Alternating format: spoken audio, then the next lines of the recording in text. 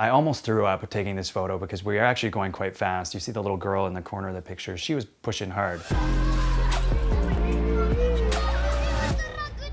So behind the photo is my way of sharing with you some of the stories behind the photos that I feel are some of my best work, and also some of the technical details on how they were taken. So rather than have a tutorial about how to take better photos or what lens to use or what aperture to shoot at or blah, blah, blah, I thought that maybe actually just talking about some of the photos that I've taken and how they were taken would be a useful approach.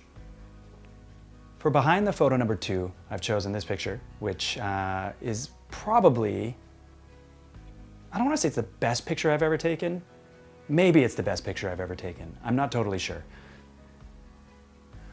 So this picture was taken May 31st, 2013 in Addis Ababa, Ethiopia. And I was there working on a series of communication pieces for Canadian Humanitarian, who's an organization who focuses on educational initiatives in Africa.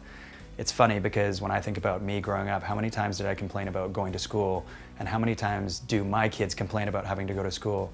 But in Ethiopia, school is a privilege. And for a lot of these kids, they don't have the opportunity to go to school at all or for very long.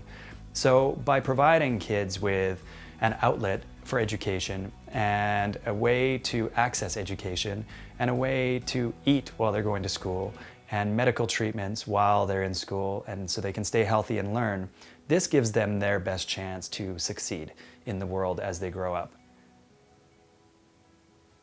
So this picture was taken sort of during a recess time where the kids, we'd spent the whole day with them and they were out playing, and a few of them kind of follow you around, or they were following me around, and they're very curious, and a lot of the times, especially with cameras, they always want to see what kind of pictures you're taking, what you're doing. The novelty of seeing the picture instantly is still huge for these kids. They don't have access to this technology or an iPhone every day like we do.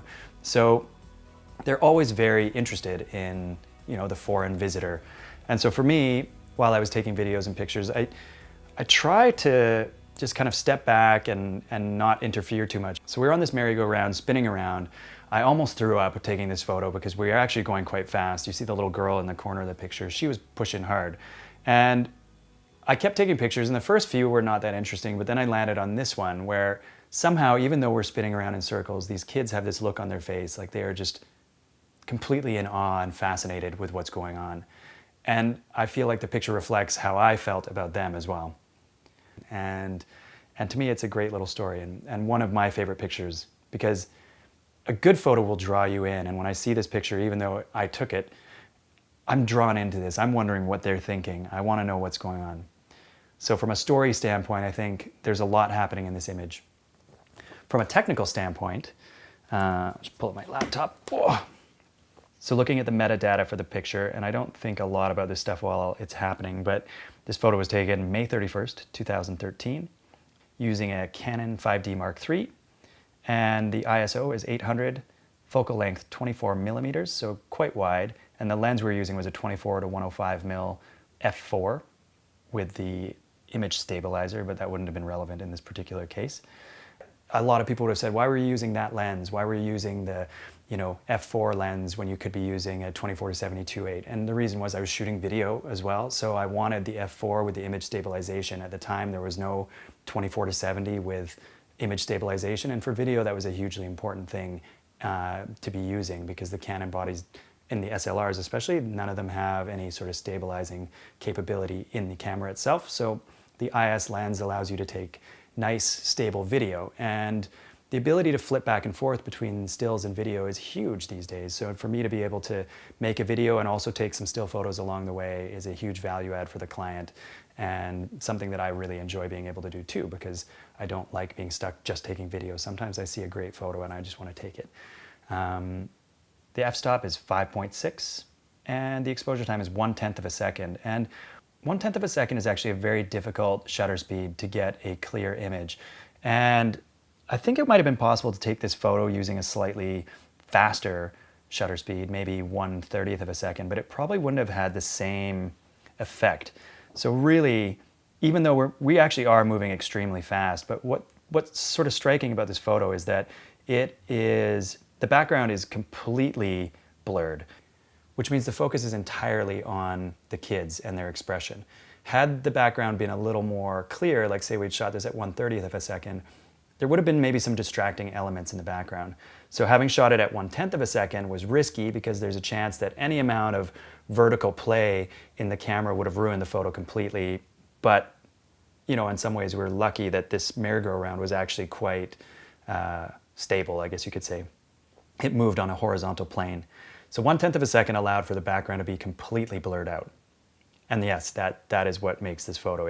It changes the focus entirely to the foreground. The other aspect of this photo that's important is the f-stop. And because we're shooting at 5.6, it allows both kids to be in focus. And because I'm so close to them, it would have been challenging. Had I had a lens that shot at 1.4, for example, or 2.8, one of the kids would have probably been out of focus. So at f5.6, it allowed for enough depth of field between the two kids to have them both be in focus. So the other aspect of this photo that's important is the focal length. So at 24 millimeters, you have actually quite a wide or deep depth of field. And what that does is it allows, again, both kids to be in focus. And also, obviously, the composition would have been affected greatly had I used a longer lens. But had I been on a tighter lens, say 70 mils or even 50, it would have been too tight to see the little girl pushing. It would have been probably too tight to have both kids in the frame. But the other thing is, the longer your focal length, the shallower your depth of field is. So, you know, on 24 mils, what's in focus might be from here to here, but at 50 mils, it might only be from here to here. So if those two kids don't fall in that range, one of them would have been out of focus. The other issue with shooting at a longer lens would have been your camera shake. So, you know, when you're holding the camera, you're here and you're trying to hold it steady. So at 24 mils, you've got quite a stable frame. You know, you don't have a lot of motion going up and down because it's fairly wide. And so that allowed me to spin and keep the horizontal plane of the camera even so that both kids will be in focus and not blurry and the background will be blurred.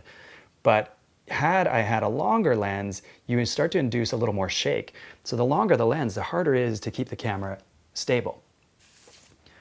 So the aspects of this picture that are important, 5.6 aperture. I mean, sometimes I think people just think they automatically have to shoot at a shallow depth of field, but you have to consider how much of the picture you want to actually be in focus. So it's not just about bokeh and like shooting, you know, nice, creamy portrait photos.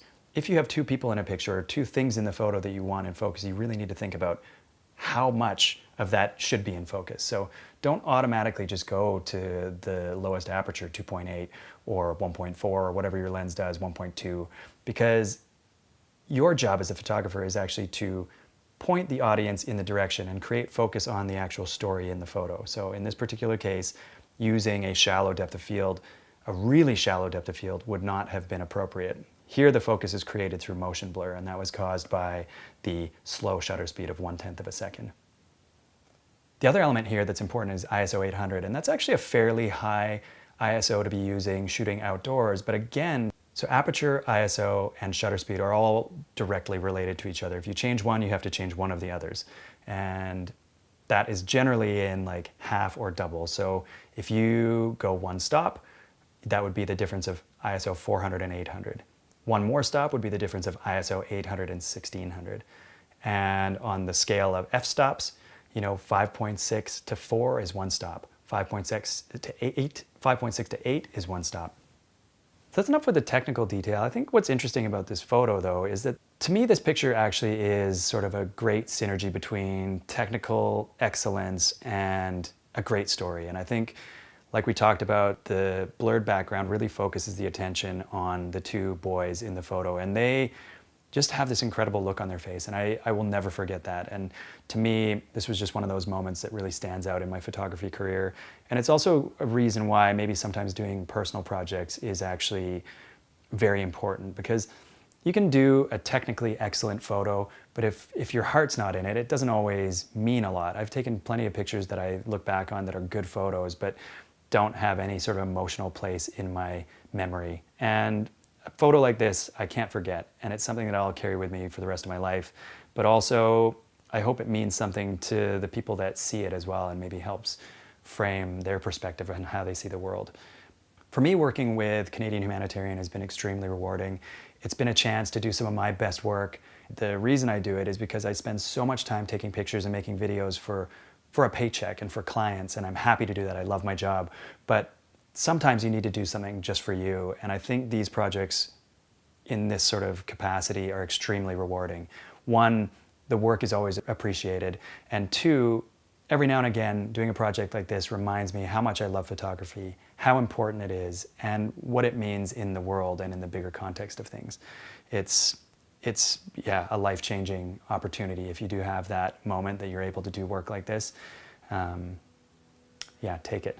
Every day my work doesn't always feel like it changes the world, but in this way, in some small way, I know that these kids are different for having met me, and their world perspective has changed. And my perspective on the world has certainly changed from meeting them.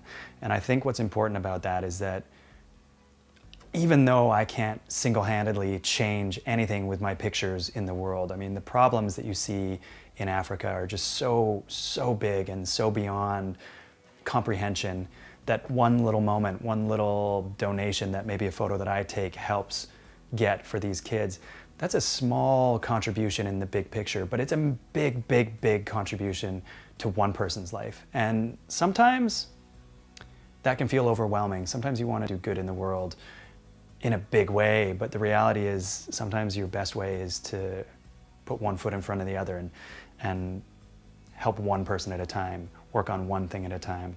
And I think, like I said, having met these kids, my perspective on the world is completely different. And I think that if all that happens is that I come home and take those lessons and share them with my friends and family and my children, and they start to see the world a little bit differently, and they look at the world in the way that I feel like people should, that we're all one, we're all connected, we all want the same things, I think that's a big contribution. And even though it doesn't seem like much, that's how the world is going to change.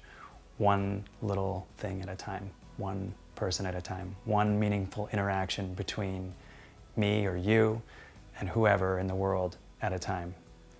Small steps to big change. Thank you for watching and letting me tell you a little bit about a photo that means a lot to me. If you want to see more of these, hit the like button, send me a comment, let me know what you think, subscribe if you feel inclined, and we'll continue to find some interesting things to share with you. Thanks.